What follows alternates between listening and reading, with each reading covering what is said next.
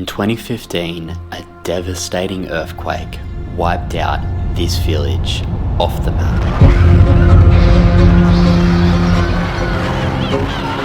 Homes, schools, lives, all gone in seconds. But Ba Park didn't give up. With nothing but sheer will, these villagers rebuilt everything with their own bare hands, stone by stone. This is their story of heartbreak, resilience, and hope you'll never forget. This is the epicenter of Nepal's massive 2015 earthquake. Welcome to Ba Park. Namaste or g'day and good morning, guys, from Gorkha province. So today we are going to Ba Park. That's right, so if you saw our previous episode, we explored Gorkha town and saw the real and raw history of the Gorkha soldiers, of the king that united Nepal and all of that. So if you haven't seen that video already, I'll link it up here. But today we are going to Ba Park, the epicenter of the 2015 earthquake. So we Nepalese, we call it a black day because lots of people, they lost their life, they lost their family and their property, like literally everything. So we're going to go and see that. We're going to see some villages and eat some local food and see the people. So come along with us today. This should be a really interesting video. And yeah, let's go. Let's go.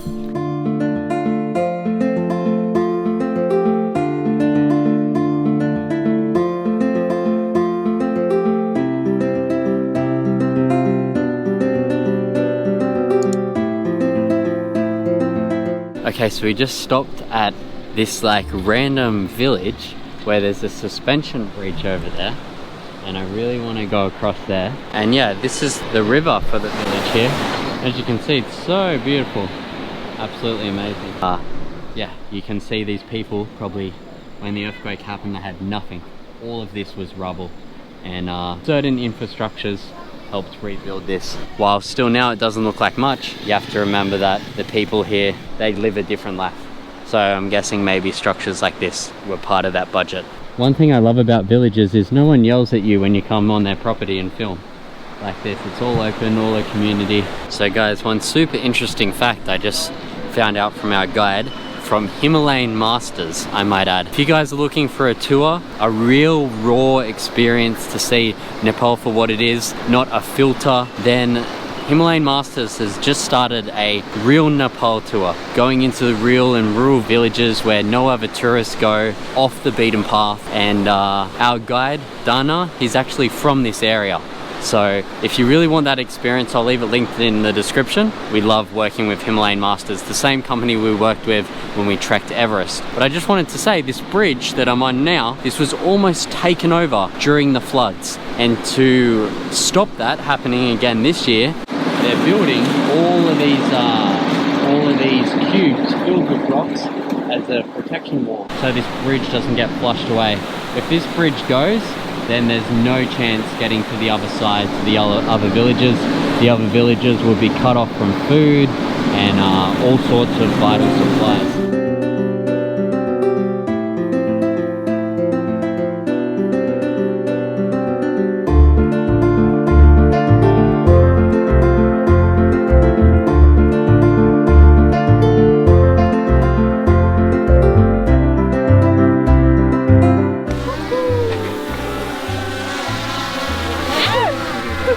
So we made some friends while flying the drone. How's nam kyo? Wow, nice name. What's your name? Wow. Do you guys want some bubbles? Do you want this? Do you want this? Wow. Kids and technology, they love it.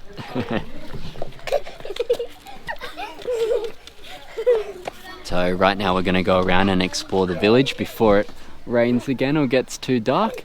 So there's a few things we want to see. There's a school here. There's the earthquake sort of memorial shrine sort of thing. And then there's the monastery and also Buddha Park as well. Hey, careful. Whoa. Sihan. Sihan. Aunus, यहाँ खानुस्. के मन पर्छ लिनुस्. खानुस्. अझै लिनुस्. and share them with your friends, okay? Bye. So cute. Alright, let's go and explore. Woohoo!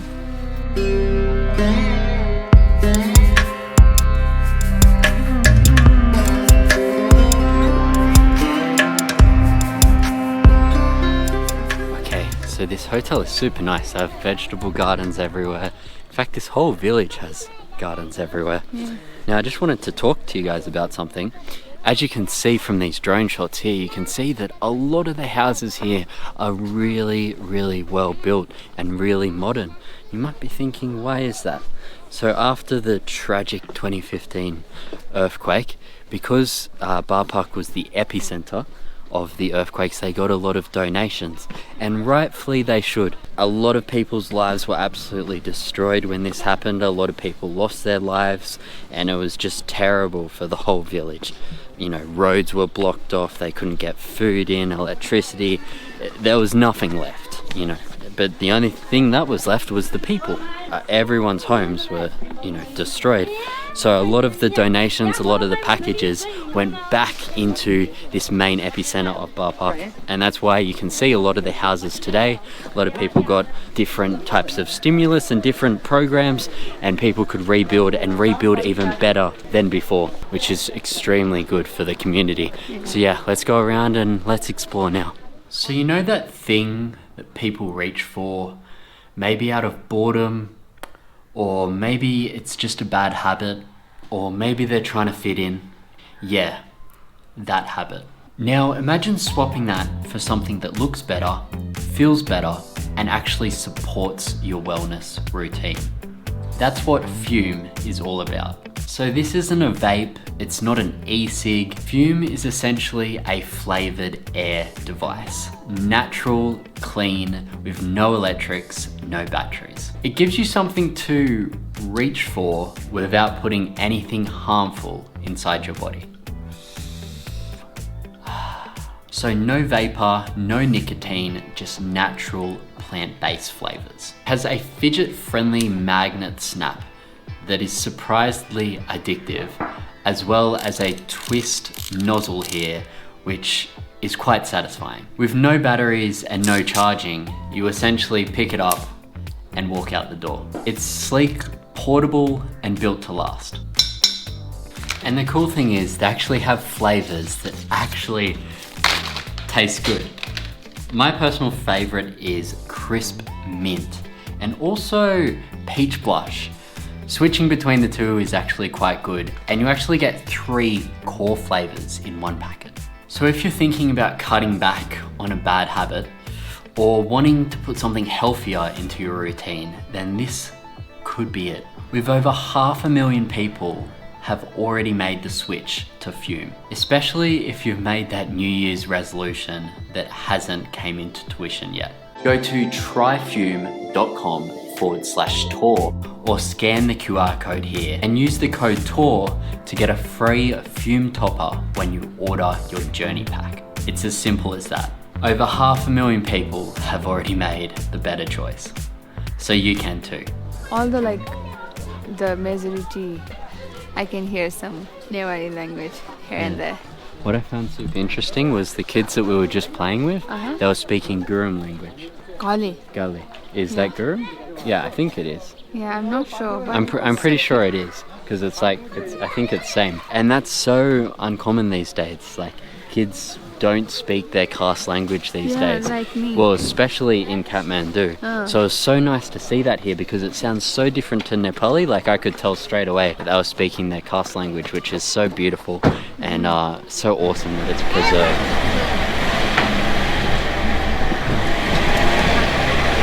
What's that?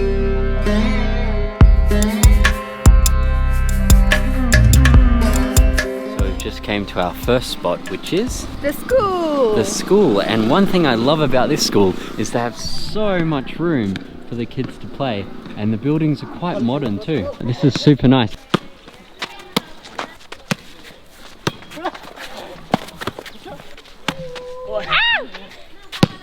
Okay, Sophia's turn. Okay, get in there. No. Go. No. Try. You got this. Wow. It hurts.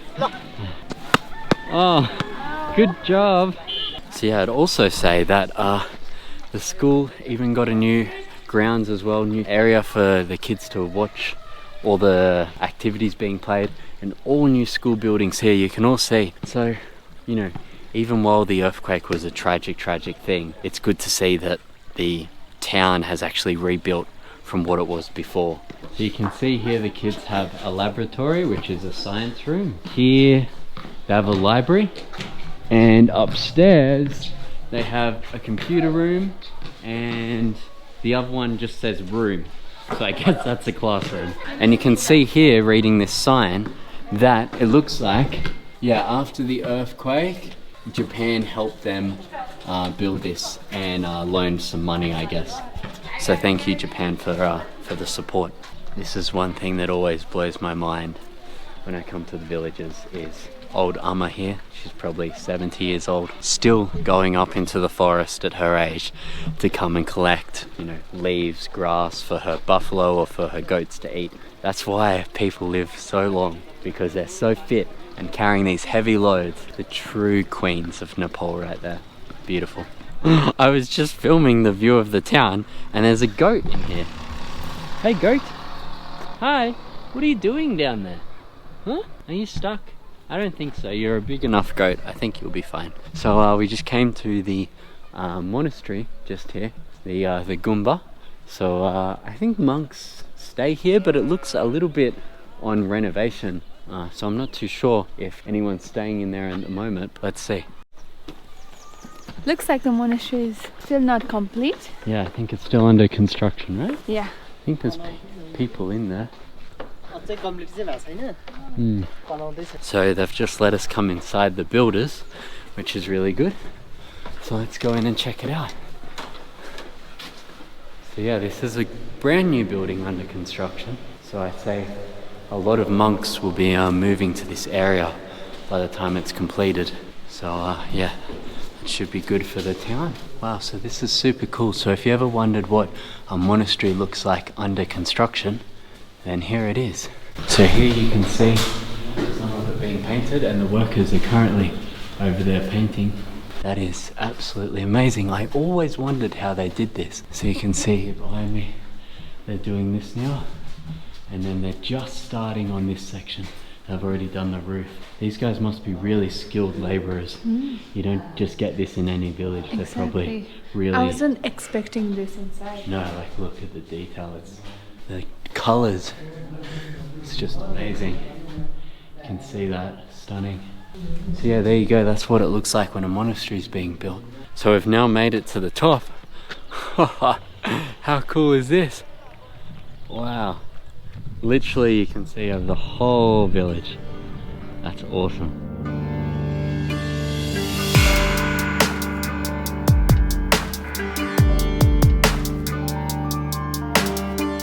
So Dana, what was your experience in the earthquake?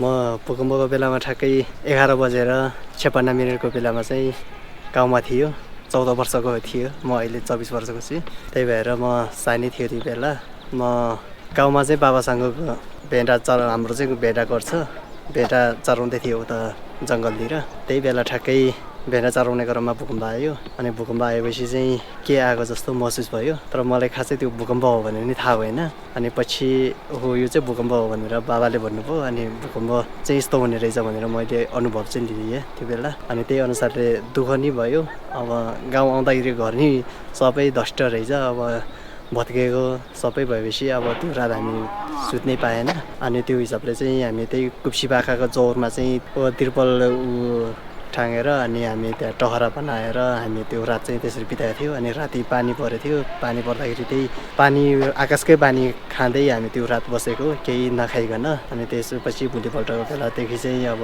गाउँतिरको समाजसेवीहरूले अब बुद्धिजीवीहरूले यताउति गरेर हामी तलबाट हेलीबाट सामानहरू लिएर आएर अब खानेकुराहरू चाहिँ त्यो चाहिँ खान पायो त्यो एक रात चाहिँ भोकै भन्दा नि अब भोकै त्यही आकाशकै पानी खाएर बसेको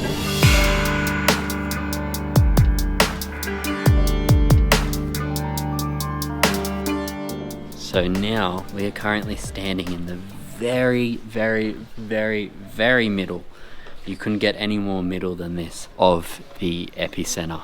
So this right here where the memorial has been built was the very spot where the earthquake hit, like the hardest hitting spot. And in just 8 days from now is going to be the 10-year anniversary, and that's always a big one no matter what it is, a 10-year anniversary.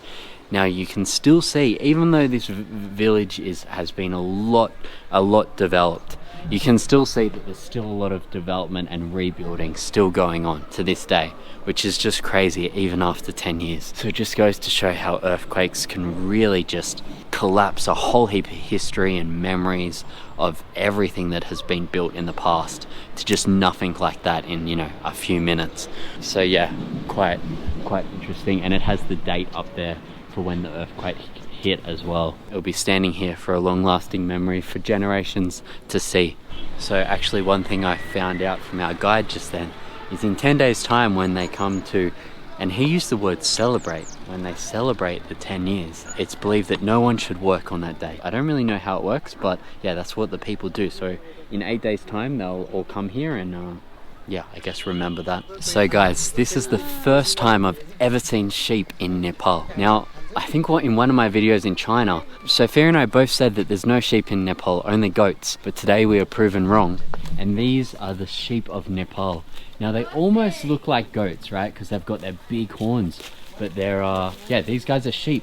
We have different types of sheep in Australia. The closest type of sheep to these guys would be Dorpers, which they say are a mix between like goat and sheep. Yeah, but this is actually the same sheep Dana used to work with when his family had 100 sheep, which is just crazy. Most of the time it's normally goats, but these guys are super cool, so they trim them for fur and can sell that, and they also have their meat, mutton. So yeah, isn't that right guys? Mutton. You don't charge, okay? You be a good sheep. Wow, look at that. Oh. You want to touch? Touch it. Cool, right? Yeah, so cool. Apparently this is what he used to do in the village back home when he was a kid. So cute. Hey! Wow, Dana really knows how to handle sheep. That's so cool. Hi! Hi sheep! Hi small sheep! Hey? Literally. Ah, it smells good. Wow, look at it. Smooth. So this is what your clothes get made out of, guys. So cutie. Don't kick me, eh?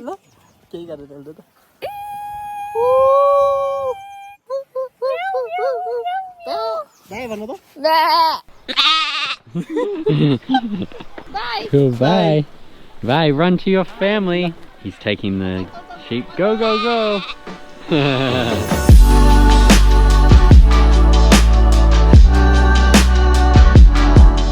Okay, so we've now came to our last spot, which is the Buddha Park. Let's go check it out.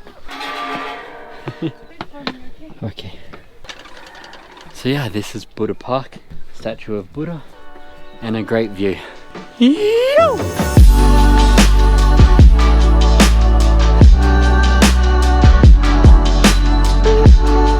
Okay, so we just got back to the hotel, and I just love just free range chickens eating the corn, and it's just such good vibes.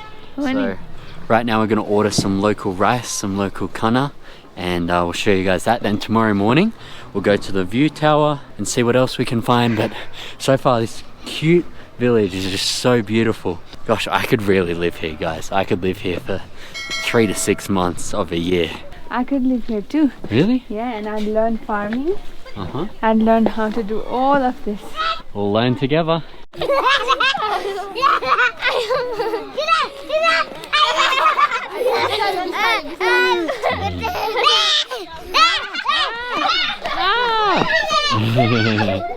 It's not cauliflower, it's cabbage.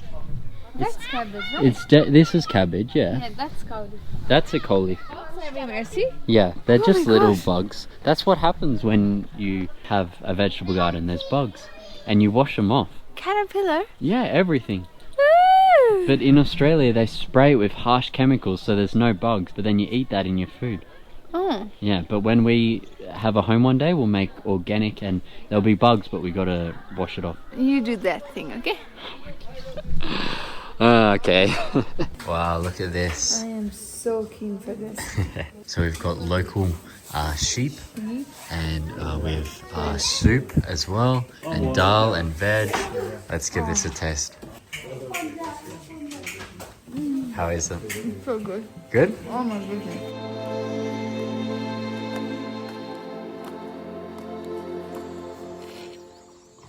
And good morning, guys. Tonight, or last night, was such a better sleep. Tapia, how do you feel? I love Kipi. It's not like very big bed, nah, but still very keen, nah. That's Sophie Tone doing her makeup. I'm gonna go outside and explore. I woke up this morning at 6 a.m. Check out the Himalayan view. Oh, so beautiful.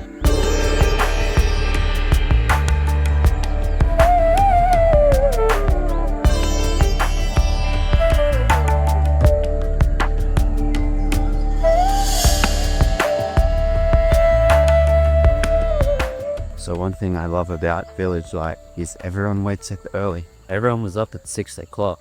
I'm sure people wake up at 5 a.m. as well. You know, when the rooster wakes up, everyone wakes up. Even in Kathmandu, it's actually good luck for one person in the house to wake up at 5 a.m. every day and sweep from the top of their house to the bottom. People in Nepal really do wake up early. It's quite in their culture. It's good. The country's slowly but surely improving every day. So you can see here, guys, this is the village. They've got one small restaurant here. So you can get momos and different things like that, tea and coffee in the morning. Here is where people come to buy their clothes for school and, you know, daily wear and everything like that. So yeah, this is like daily life in a village. Just in here, they've got a wood mill. So you can see here, they've got all beautiful timber. That's probably came from the forest here. This guy here is just collecting leaves and different grasses to his cows and for his goats. So maybe they have, you know, a property, for example, like this, and then inside one of the little sheds, they have their buffaloes and goats, and he'd feed them for today. And it's quite good because a lot of people do this, a lot of farmers do this, even wild goats and farm goats, they just come up and eat all of this stuff. So it's sort of, you know, looks after the village, trims back the village naturally. And then this is where we were yesterday, back at the school. We've got a shoe store here, looks like a small hardware store, and then a little grocery store there as well. And there's a whole heap of different little businesses going on here. Just go up this way. I just thought I'd do a little walk and talk with you guys and show you this village without showing my face too much. You can see here, this is another place where kids can get backpacks and shoes, clips and everything. So all of these products, they would essentially get imported into the capital, into Kathmandu, from China or from India, and then get put on buses or forward drives, come all the way here to this village. Now, what some people do is they go to Kathmandu once or twice a year and actually bring all of the supplies from Kathmandu themselves, because it's a lot cheaper that way. If you were to import something or get something delivered from Kathmandu, it costs you a lot in delivery fees. So a lot of people just go themselves once or twice a year. So you can see here, guys, this is a fairly nice and new house. We've got one here too. We've got another one there. And before, I'll just show you a few photos right now. This is what the houses used to look like before the earthquake. You can see here, new house being built now. So you can see that a lot of money has came from somewhere after the earthquake. You can see this beautiful house here. And I'm not too sure where the monies came from, and I probably shouldn't speculate and get myself in trouble, but it's a really good thing for the community. I would say 70% of people are living in really beautiful houses. So yeah, this is essentially your standard village here in Nepal. We'll go down this way. This is exactly what I was talking about. So this is probably an older little home. I honestly have no idea if this has been turned into for the farm animals or people are still living in there. I would say someone's still living in there and they're actually currently building this. So yeah, that's my guess. So you can see here, here's all of the drainage and water supply. Now you can see these black pipes here, all of these black pipes. They're connected to the main clean river, and these pipes constantly flow. And yeah, these different pipes will go to all different houses throughout the village. Morning, how are you? How are you? Good. Where are you from? From here. Oh, really? Your English accent is very good. I do live in London. Oh, really? Yeah. Okay. Where you from? Australia. Australia? Which part of Australia? Yeah, I'm around the Sydney area. Oh, Yeah. Sydney is very beautiful. Yeah, it's a lovely place. So how long are you gonna be there? Well, we go to La Park today. Yeah. I seen you yesterday there. Yeah. I was supposed to talk to you, and you were with your With my wife. wife or girlfriend. No, my wife. Free Yeah. friend. She's from Kathmandu. Ah, she's Nepali. Yeah, she's Nepali. Oh, right. Okay. Yeah. Oh, really? What's the local language called that you speak? In here? Yeah. Gali Basa. Gali Vasa. Yeah. Yeah, okay. So you're gonna go tomorrow to the lab. Yeah. Well, lovely to meet you. My hotel is here. Ah, okay. So you're living in Boulder. Yeah. Utah. Buddha. Yeah, yeah. Buddha. Yeah. Lovely to meet you. You have a great day. Yeah, Safe lovely journey. to meet you too. Yeah. Very happy. And congratulations with the Nepalese wife. Thank you so much. Okay, yeah, I wish you have a good travel. Thank you so much. Have a great day. Yeah, take care. Bye-bye. Oh, guys, what a lovely man. I did not expect to speak to a guy who spoke such good English. That was really random. You never know what you're going to find in Nepal, honestly. It's such a beautiful country. Okay, so now we've just came into the little restaurant here. Now we're going to have some breakfast. We've ordered some apples, some banana, some eggs, coffee. Should be good. We have our peanut butter that we bought all the way from home to use with our apple. Pure honey. Wow, thank you.